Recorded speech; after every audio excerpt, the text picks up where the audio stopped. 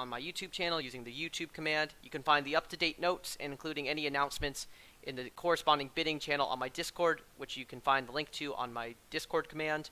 Anyway, let's get started. So last time we were talking about 2-level openings, and then we started talking about some additional conventions that we would put at the bottom of the convention card. So as we start to make our way, we've now filled out the no trump section, the majors and minor section, and then we started with the additional conventions and our 2-level bids. So we talked about 2 clubs and how we like to respond to that. Normally, I like to play 2 diamonds as a game force and 2 hearts as a bust. There's people who play just 2 diamonds as straight up waiting. Also, that's perfectly fine. But what I think one tool that's important to have over 2 clubs is Kokish. So take a look at a hand like this, for example. This is obviously a 2-club opener, and South would rebid 2 diamonds. Now, the advantage of Kokish is being able to show a 25 to 27 point balanced hand cheaply, as opposed to having to jump to 3-0, which you do if you don't have this convention. Here it doesn't matter because I don't have a balanced hand, but the advantage is by bidding it with 2-0, you have your systems on, you have stamen, transfers, and everything, so that you can gauge your best contract at a low level, as opposed to having to jump to 3-0, which takes up a lot of bidding room, and having to sort out what you play there and scramble to find your best spot.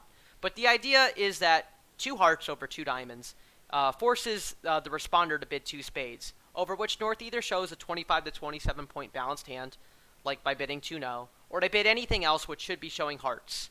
So, and some whatever suit they have on the side. Here they just have hearts, so they would just bid 3 hearts. And then, that basically is set. Well, it doesn't set trump necessarily, but it strongly suggests it. And then here South would probably just raise to 4, and they would play it there, which is an absolutely fine spot. 6 can make, but that's on a magic spade position, so I think 4 hearts is more than enough. Next up, we talked about how to handle interference over 2 clubs. The basic principle being that if they interfere over 2 clubs, pass should be positive, and then double should be negative. And then from there, your partner can take the appropriate action. So like 2 clubs here, East would probably come in with 2 diamonds. A better East player at least to get in the way of the auction. And this South hand, which is complete rubbish, is going to double. And opposite with North, knowing that it's negative, North might just jump to 4 hearts. They might also just jump to 3. Either way, they probably can't just bid 2 hearts because that might be passable. Because basically, that 2 heart bid, South's double is basically like a bust. So to just sign off here would be foolish with this North hand. So North would probably have to jump in hearts in order to ensure that, this auction goes farther. Although then again, with the diamonds being in the wrong spot, it wouldn't necessarily be a terrible thing to stay low here either. Then we talked about week 2 openers and how some tools we can use there. So we started by talking about week 2 style, and I'm one for opening for having my week 2s be pretty reasonable, especially in suit quality. Other people are a little more out there. Third seat is a bit more open season, of course, but I'm one for, trying to stress the quality of suits. That way my partner can lead it without it backfiring very often. So one tool that is helpful over, week 2s is August. I decided to, make a slight tweak to it because, there are times to preempt 5-card suits, especially non-vulnerable. That way you can account for that. So basically the big change is 3 clubs is a 5-card preempt, and then 3 diamonds through 3 spades are varying degrees of 6-card preempts, bad, medium, good. So North would open 2 diamonds in this situation, and South, meeting the rule of 17 very clearly, would bid 2-0. And North with a 6-card suit, and you might put this as a good hand, you might put it as medium. It really depends on how you evaluate this 9 count. Certainly with 2 10s and a 9, you might go, and 2 9s, you actually might go for the max and bid 3 spades, or you might bid 3 hearts. Either way, South is going to just bid 3 no trump, I would assume. Maybe diamonds at imps because they only have ace double clubs, which is not a great stopper. Oh yeah, the beer card is there. So yeah, clearly you want to be in no trump because that's where you can score it. That's a very good point. So yeah, we definitely want to be in 3 no trump only because of that. I didn't include that in my analysis. How silly of me. We also talked about ccabe, which is a useful convention to be able to show a lead direct or even a psych, like we saw Snake make this morning when he bid 2 hearts over my 2 diamond preempt on a stiff. Or was it? No, it was 2 spades. It was 2 spades and he bid 3 hearts on a stiff. But it didn't stop him. But the idea being that you bid some other suit to show a lead direct in addition to having tolerance for your partner's preempt. So here, North would open 2 diamonds, East would double, and South could bid 2 hearts to ask for a heart lead. Of course, that could backfire sometimes if you're meaning it as a true lead direct.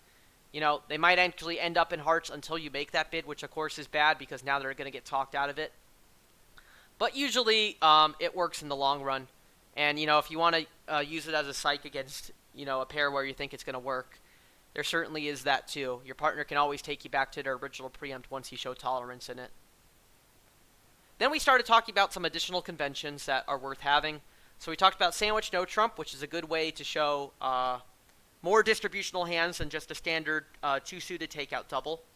And I've said that, you know, I like to play this as not only as a passed hand, but as an unpassed hand, because even as an unpassed hand, you know, your partner's going to be so limited. What's the point in actually bidding a strong no trump there? Or that's my personal take on it. More often, it's more powerful to convey the 2-suited hands because you can always, with those stronger hands, just do something else and try to get into this auction that way. So ignore this dealer sign being with North. I didn't know necessarily how to change it. So let's say West opens a club and East bids a spade. Now South could bid 1 no trump, which would be 2-suited takeout for hearts and diamonds.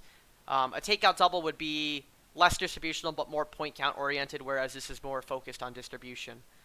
And, you know, it doesn't necessarily matter on this hand because, of course, East-West have a spade fit, but on various hands you actually find a good contract as a result of that. And North, considering they have 3 cards in both of the red suits, could take some kind of compete here that might work out well for North-South. Then we talked about Western Q and being able to gauge if you have a stopper or not in the original overcalled suit.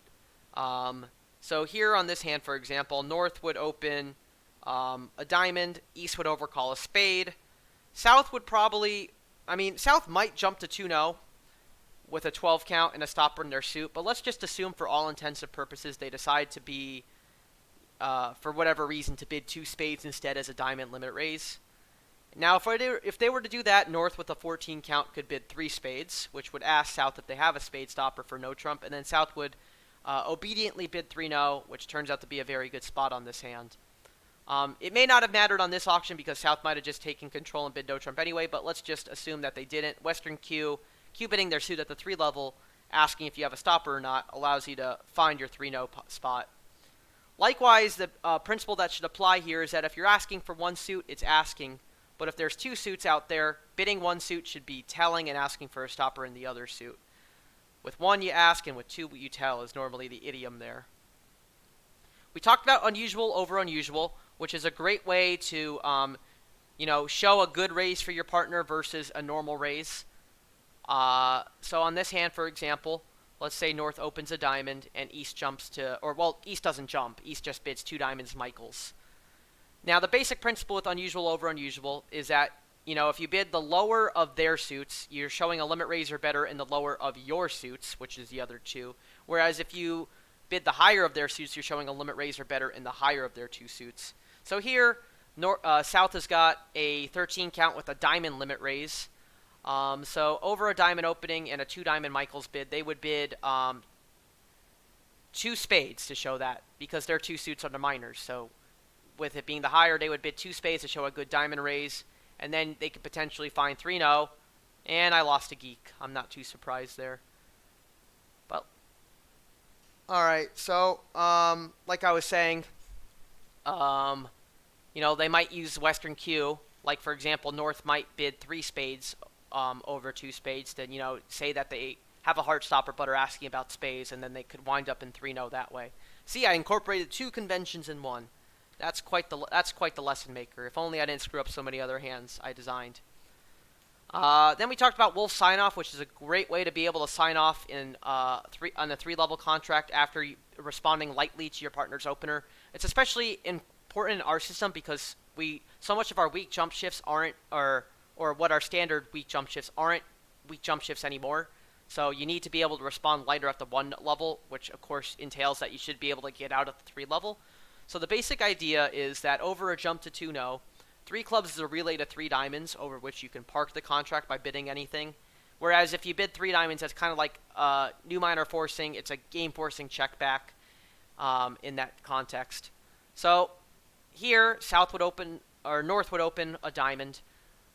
South would bid 1 heart because we can't jump to 2 hearts. We play reverse flannery.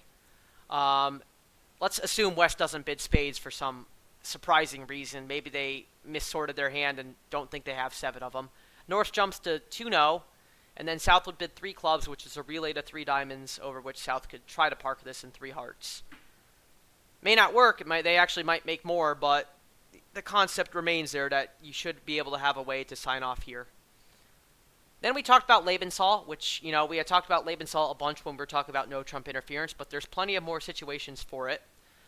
There's weak 2s, the idea being that over a weak 2 double, you can use Labensal to sign off versus showing invitational hands and weak hands like we do with normal Labensal over no trump interference. So let's assume East opens 2 diamonds, South doubles.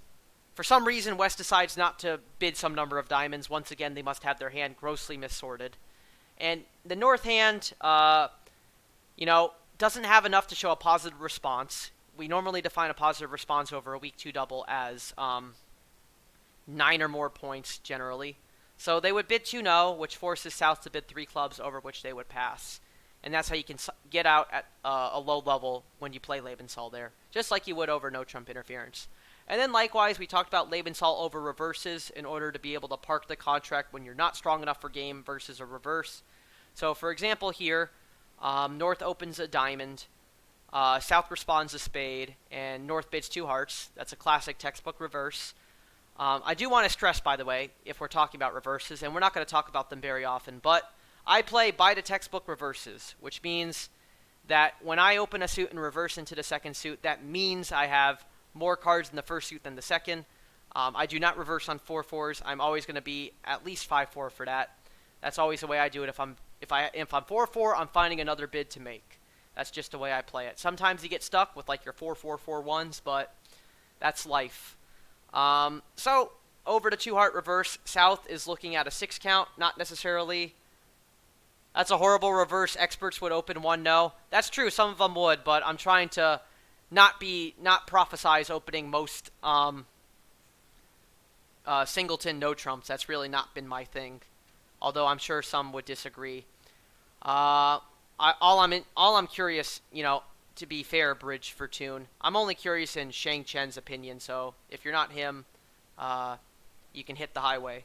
So that's a joke, by the way. Over 2 hearts, South would bid 2-no, which is a sign-off. North would bid 3 clubs, which is forced, and then South would just park it in 3 diamonds, knowing they have a diamond fit, and expressing no further interest in game. All right, so that's a good review. And I was not intending on vilifying Shang in my bidding series, but oh well, that came out in the blue. So let's continue talking about additional conventions, and then we're going to talk about everybody's favorite topic, doubles. So we're going to start off by talking about Namyats. And I'm a big fan of Namyats. The basic idea is that, you open 4 of a minor to show a solid major suit, with the point being that if you open 4 of a major now, it's a broken suit. Of course, you should not have a 2 club opener like we saw this morning, but the idea is that, if you open 4 clubs, you're showing solid hearts. Yeah, snake yats, exactly. While 4 diamonds shows a solid spade suit. And then what you can do is that you can use the next step over that, like 4 diamonds over 4 clubs or 4 hearts over 4 diamonds, to transfer it back to the partner so that their hand is hidden. What if you want to right-side the contract for whatever reason, like if you need to protect the king, then you might just bid this contract yourself for right-siding purposes.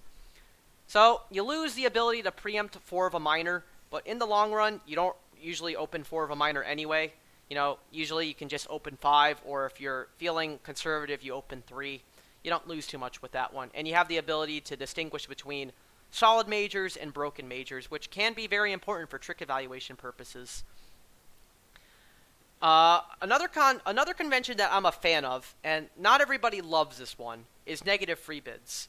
Negative free bids are a very good way to be able to stay engaged in the auction with, bad hands, anything less than 10 points, after your partner's opened and they've overcalled. Traditionally, if you're to bid on the 2 level after that, you're showing a 1-round force if you're an unpassed hand. But with negative free bids, your partner is more than welcome to pass in that situation. You're just showing the ability to want to get into the auction. Of course, you got to tread with caution here. You don't want to do this vulnerable and on a 5 count because you can get into trouble if you do that. But, in the right situation, you certainly want to be able to, not just have to settle in this auction if you can avoid it. So the idea is after an opening in a non-jump overcall at the 1 or 2 level, bidding a suit shows at most 10 points and lengthen that suit. And if you have any better hand, you start with a double. So a negative double isn't truly negative anymore. You're not necessarily promising 4 cards in the other major. The idea is that if you double and then your partner does something and you bid something else, that's a forcing bid because you didn't go through a negative free bid. So like if it goes a diamond, a spade, double, your partner bids something like maybe 2 diamonds or 2 hearts and you bid 3 clubs. That's a forcing bid. You're showing at more than 10 points because you didn't bid 2 clubs originally. It's a basic principle there. So with better hands, you have to just begin with a double and then bid to start a force that way. Good, bad, 2-no is a decent one in a competitive auction. The idea being that when you've agreed upon a suit, 2-no, which you're never going to want to play as natural really there, is basically forces 3 clubs to pass or correct to show a merely competitive hand, with the addendum that if you were to bid the suit at the 3 level yourself, you would be stronger. So like if it goes 1 heart, you overcall 1 spade, 2 hearts on your left, your partner bids 2 spades, and you now bid 2-no. Your partner, if you're trying to block, your partner can bid 3 clubs over that and you bid 3 spades to show that you're just intending to block, whereas if you were to bid 3 spades there directly, that might be more towards invitational and looking for a game. So I think those are all worth taking up. You don't really lose anything with all of them. With Namiats, you're losing a week 4 of a minor opener, not a big deal. Negative free bids, you really don't lose anything. I mean, not everybody likes them. It's not everyone's cup of tea, but I think, it's nice to be able to get into those auctions with bad hands, if you don't overdo it, of course. I mean, don't do it on every hand, but if you have the opportunity, I think it's nice to present itself and have a way to handle it. And good, bad, 2-no, since you're never really going to play 2-no as natural in those competitive auctions, is a good way to be able to get out at the 3 level, while at the same time being able to also convey an invitational hand if you were to not go through it. So, let's talk about doubles. There's a bunch of doubles out there. We have a whole section on our convention card forum if we go back and take a look at it. Let me find here we go. So let me just first add in the conventions that we talked about today. So we talked about good, bad, 2-no, Namiats, and negative free bids. And we have this whole section for doubles. So we might as well use it and, take advantage of it. So what do all these doubles mean? Nice. That's what we have to establish, is what do each of these different doubles mean. And there's even more doubles that are not here that are worth talking about. So before we talk about doubles, wrong link. The general principle with most doubles is that if it's at a low enough level, it's generally takeout, unless it's like an auction where it screams otherwise and is like screaming that it's penalty. Unfortunately with the robots, they take almost every double as takeout, but that's not necessarily the case. But generally at a low level, most doubles are takeout in a lot of auctions. Although there definitely are exceptions where it's very clear that it should be penalty oriented. So let's start off by talking about negative doubles, the most basic one of them all, very self-explanatory. Generally promises 4 cards in the other major, or if it goes like 1 club, 1 diamond, 4 cards in both majors. Of course, if you're playing negative free bids, that's not necessarily the case. Like if it goes a club, 1 spade, a double doesn't necessarily promise 4 hearts because you might have just been having to show a positive bid that you couldn't do because you're playing negative free bids.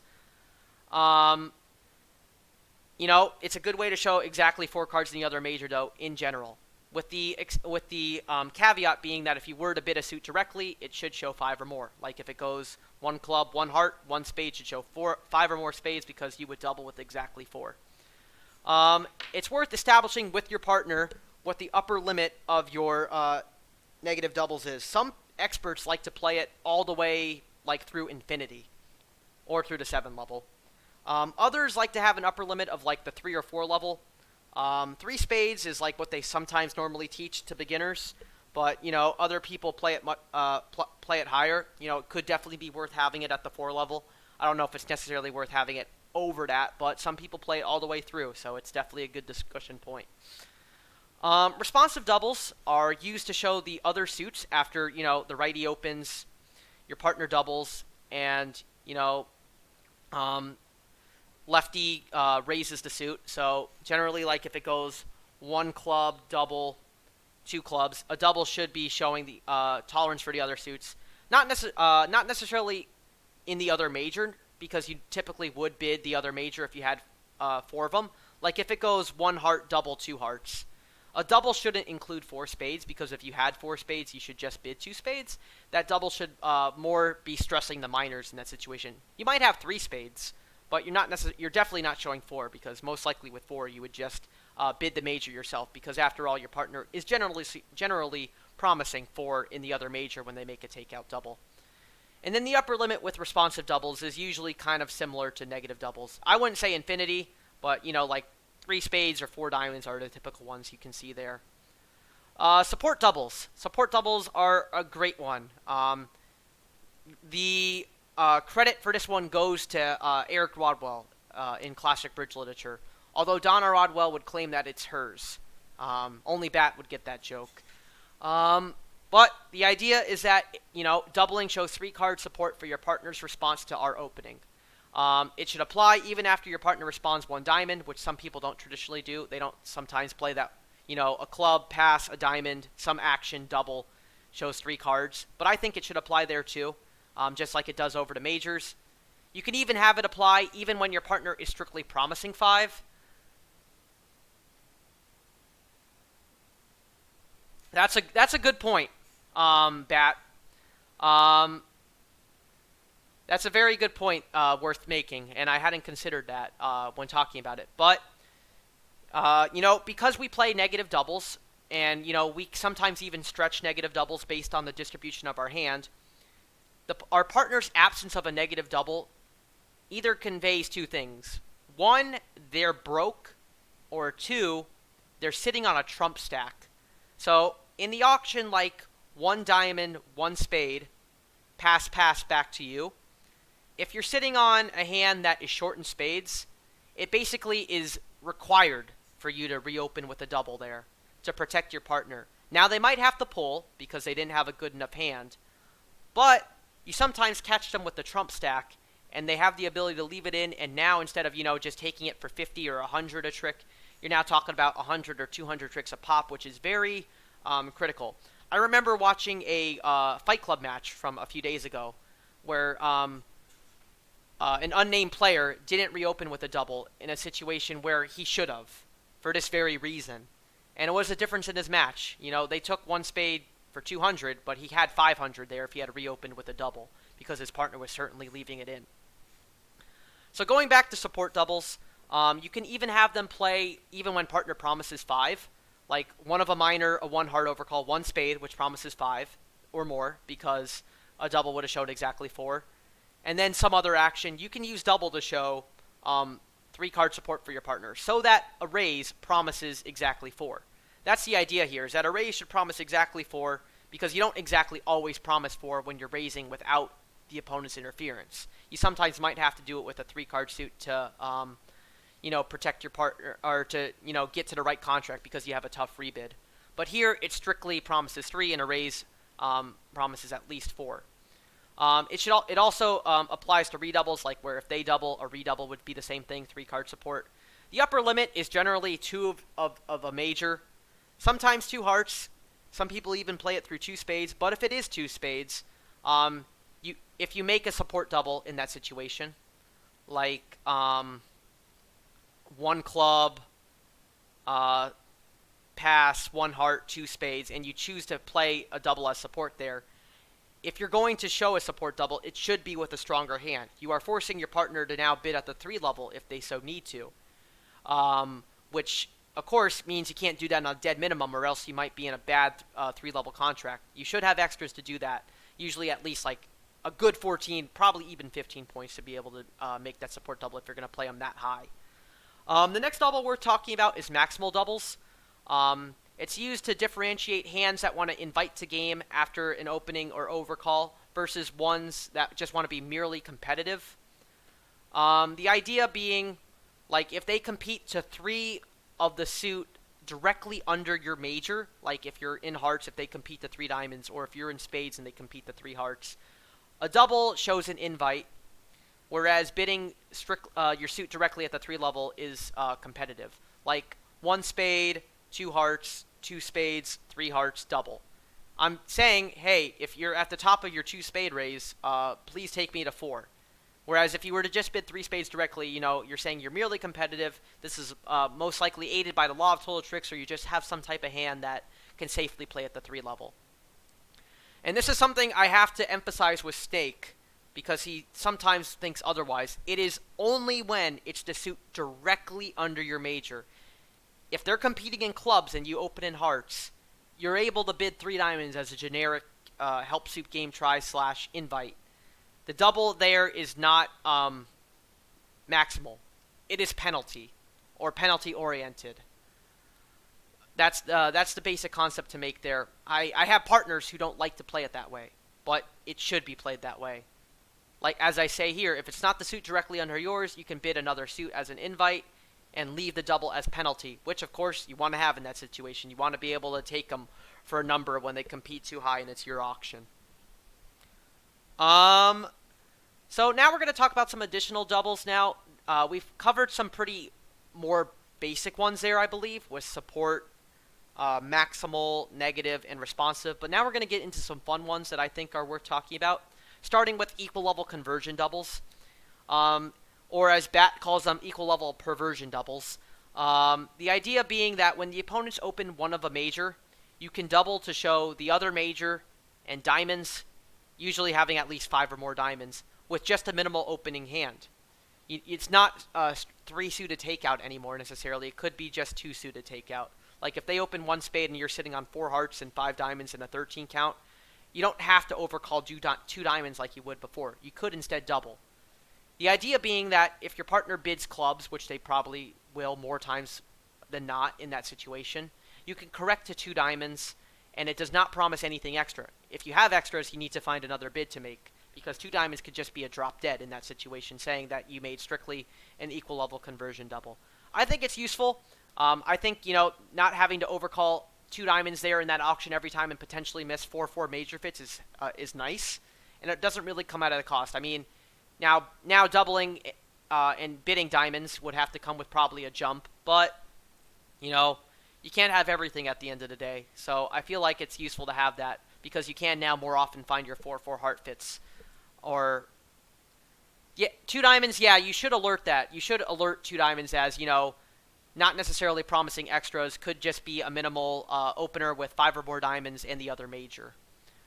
You should alert that, because the standard treatment would involve a lot more points, and the opponent should be alerted to that, because that is a big differentiation in what standard is versus what we're playing. So that's equal level conversion. Another double that I'm a big fan of, and that gets abused very often in some of the partnerships I play, unfortunately, is Snapdragon doubles. The idea being that when the opponents and your partner have bid 3 suits at a low level, like an auction like 1 club, your partner overcalls 1 heart, and then they bid 1 spade, you can use double to show 5 or more cards in the 4 suit, values, generally 8 or more points, and then tolerance for the original overcalled suit, usually a doubleton. So that way, you don't have to, necessarily bid your suit. You can instead double, and then your partner can judge where to go from there. So like in this auction of 1 club, your partner overcalling a heart and then 1 spade, the double would show 5 or more diamonds, and then tolerance for hearts. The implication of this, that if you bid the suit directly, could be on as few as 4 cards. Now, of course, you want to tread lightly with that because that could extremely backfire. But there is that implication because, doubling should show 5 or more. But then again, it should also show tolerance. So if you don't have tolerance, you could bid just the suit itself to just show, length there.